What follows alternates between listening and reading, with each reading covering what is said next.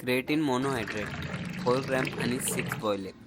तर ह्या मिलमध्ये मायक्रो आणि मॅक्रोन्यूट्रियन्स भरपूर प्रमाणामध्ये आहेत आणि ही पूर्णपणे क्लीन मिल आहे. Because of pineapple zero digestion issues. आज आहे सिस्टरचा लग्न. आपलाच बँड असल्यामुळे वरात वाजवत काढली, कारण की लग्नाचा मांडप जरा लांब होता. आपली ड्रेसिंग पण एकदम कडक आहे आज. बहिणीला द्यासाठी आम्ही भावांनी तिच्यासाठी एक सरप्राईज गिफ्ट आणला आहे. ड्युरिंग रिसेप्शन आम्ही दोघांच्या हातात गिफ्ट दिला. आता घेतो pre workout meal 6 boil eggs आणि अननस.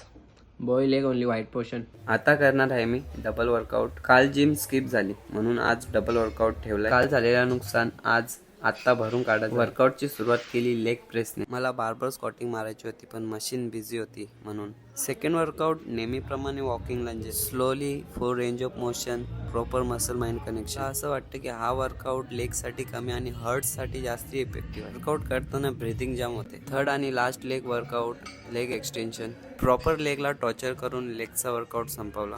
आता बारी आहे आर्म्स वर्कआउटची. वर्कआउट करायला आता जास्त एनर्जी नव्हती बचली. आर्म्स साठी first set seated dumbbell tricep extension. Second arms workout for bicep. Feature कर मसनीवर लास्ट वर्कआउट केला आर्मचा. लेग वर्कआउट मध्ये जिरली होती तरी पण कसावीसा आर्म्स वर्कआउट केला. आता लवकर घरी पोहोचतो आणि पहिले प्रोटीन पिऊन घेतो. घेतले 1 स्कूप ऑफ व्हे आणि 1 scoop of creatine. Whey protein vanilla फ्लेवरचा आहे म्हणून त्याची टेस्ट एकदम मस्त आहे. Bye guys, see you in next video.